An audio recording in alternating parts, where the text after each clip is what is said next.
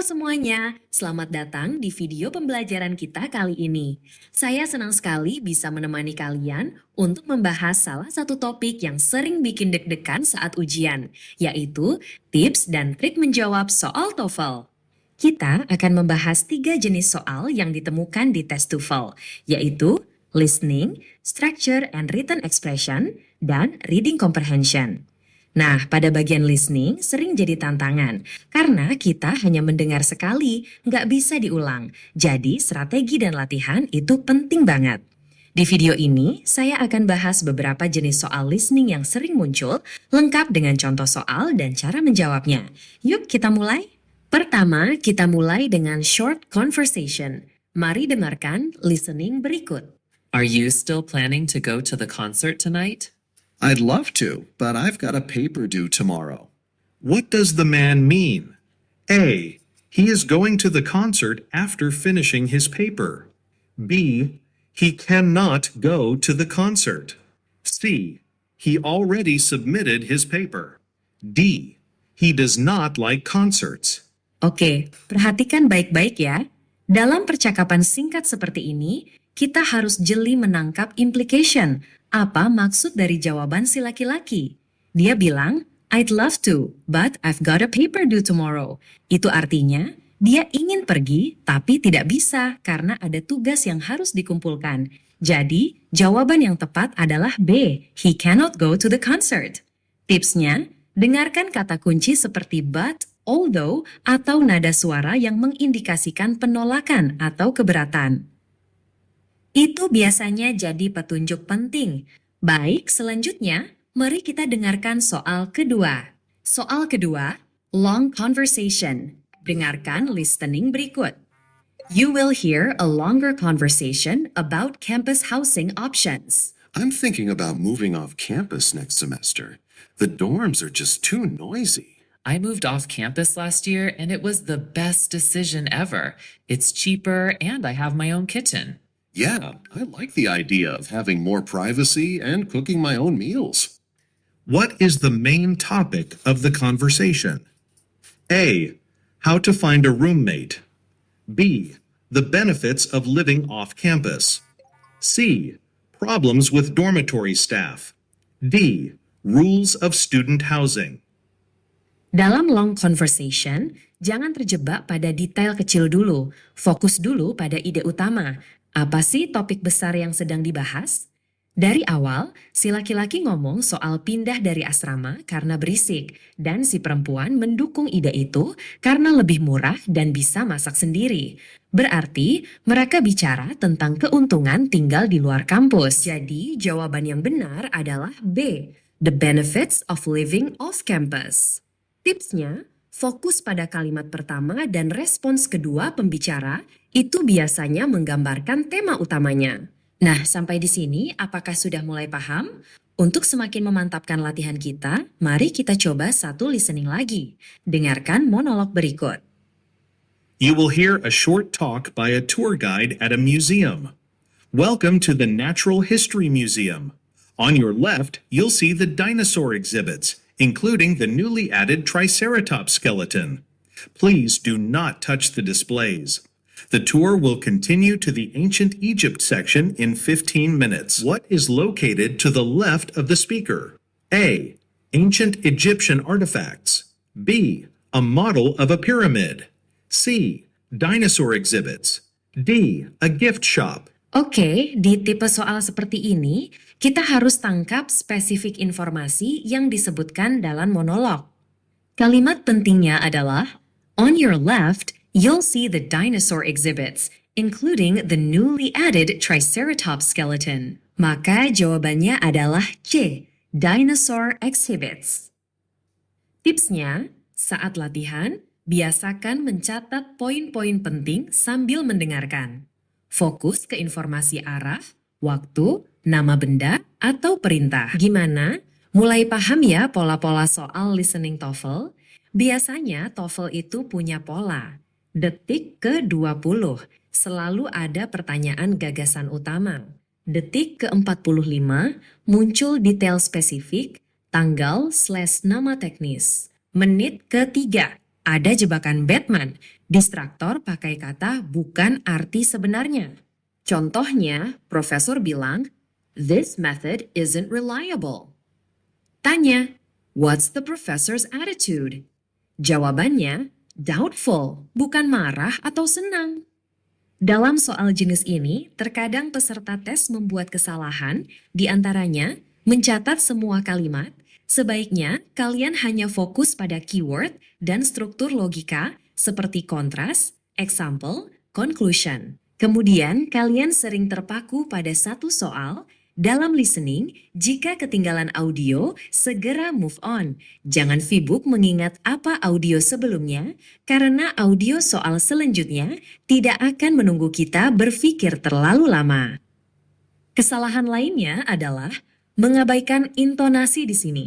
Suara naik turun sering mengindikasikan sarkasme atau penekanan poin penting. Jadi jangan sampai diabaikan ya. Oke, sekarang kita masuk ke bagian kedua dalam TOEFL, Structure and Written Expression. Di bagian ini, kalian akan menghadapi dua tipe soal. Yang pertama, structure, di mana kalian harus memilih kata atau frasa yang paling tepat untuk melengkapi kalimat. Yang kedua, written expression, di mana kalian harus menemukan kesalahan dalam kalimat yang sudah lengkap. Kelihatannya simpel, tapi bagian ini sangat menguji pemahaman grammar kalian, mulai dari tenses, subject-verb agreement, hingga penggunaan clause yang tepat. Yuk kita lihat contoh soalnya. Blah blah blah was the first president of the United States. A. George Washington. B. That George Washington. C. There was George Washington. D. It was George Washington. Nah, ini soal tipe structure yang meminta kita melengkapi kalimat dengan struktur yang benar. Coba baca. Blah blah blah was the first president of the United States. Jawaban A langsung terlihat benar secara makna, tapi secara struktur, kalimat itu nggak punya subjek yang lengkap. Yang paling tepat adalah D. It was George Washington. Karena bentuk it was plus noun adalah struktur yang sering dipakai untuk menyatakan fakta sejarah atau penekanan. Jawaban yang tepat D. It was George Washington. Kalian harus mewaspadai kalimat yang terlihat benar secara arti tapi tidak lengkap secara struktur. TOEFL suka mengetes ini. Baik, mari kita coba bahas soal lain lagi. Coba kalian baca baik-baik kalimat ini. Blah blah blah planes in flight between airports. Air traffic controllers rely on radar. A. Of tracking.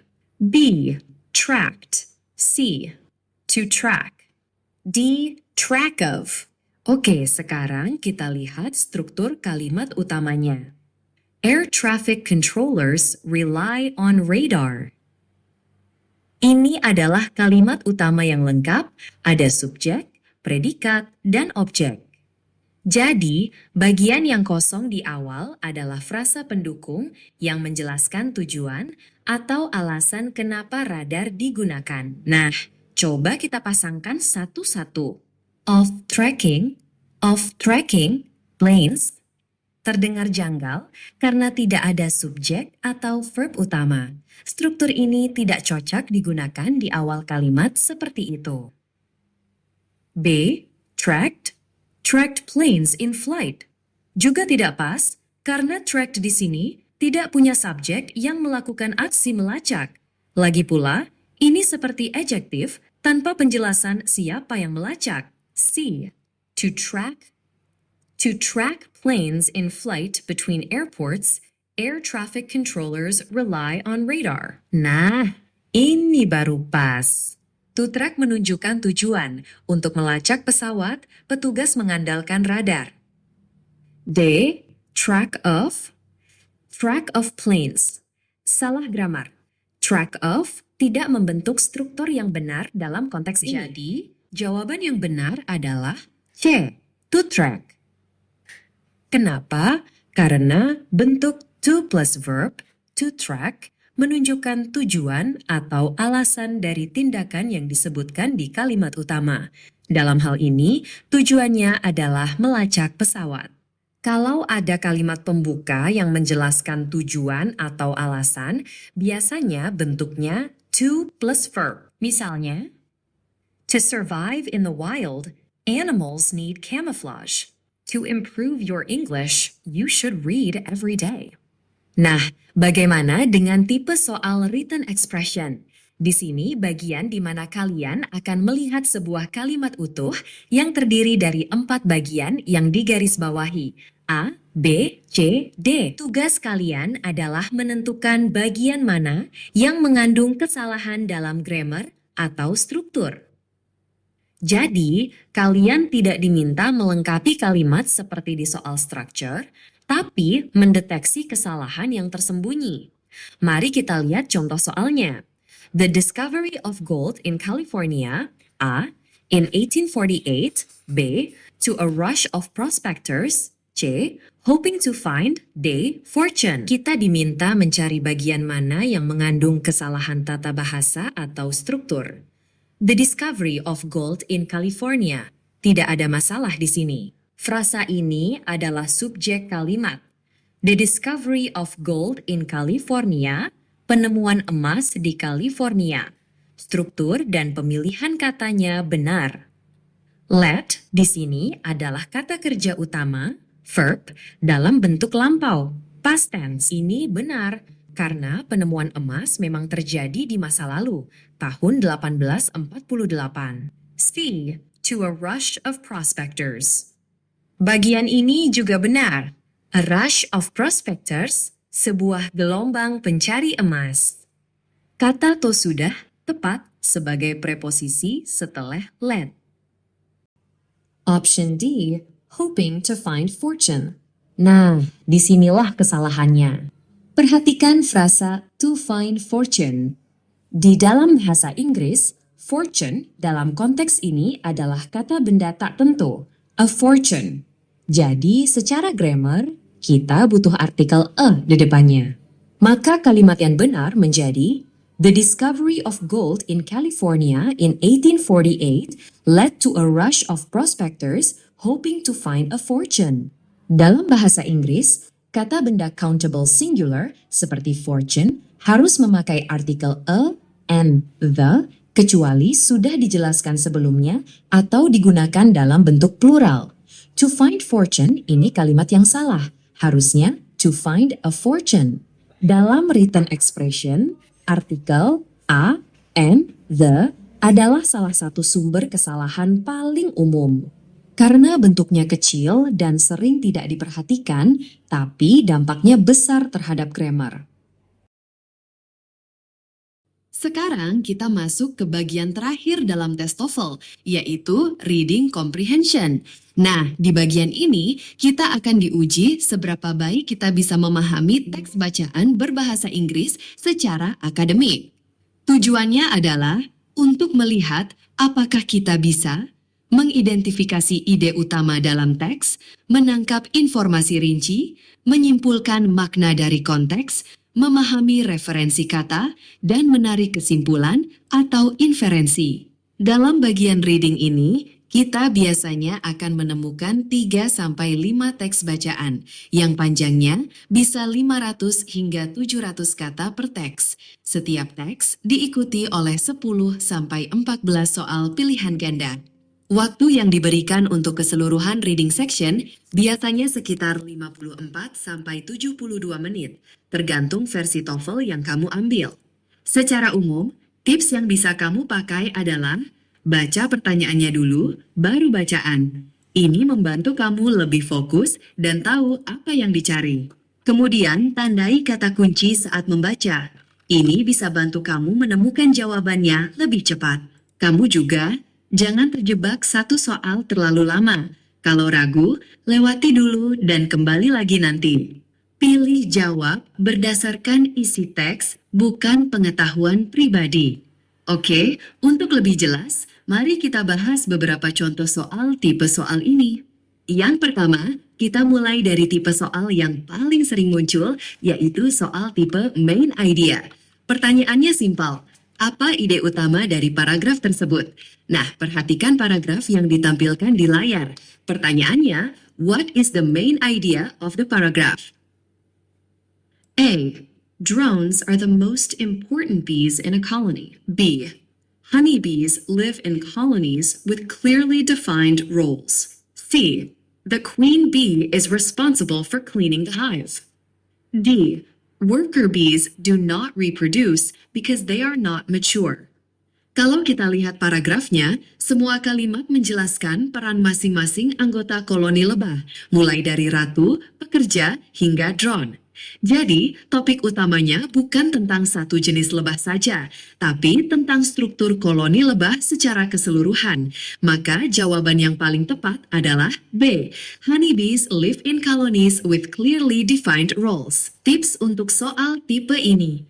Kalau soal minta main idea, fokus ke ide umum yang menyatukan semua detail.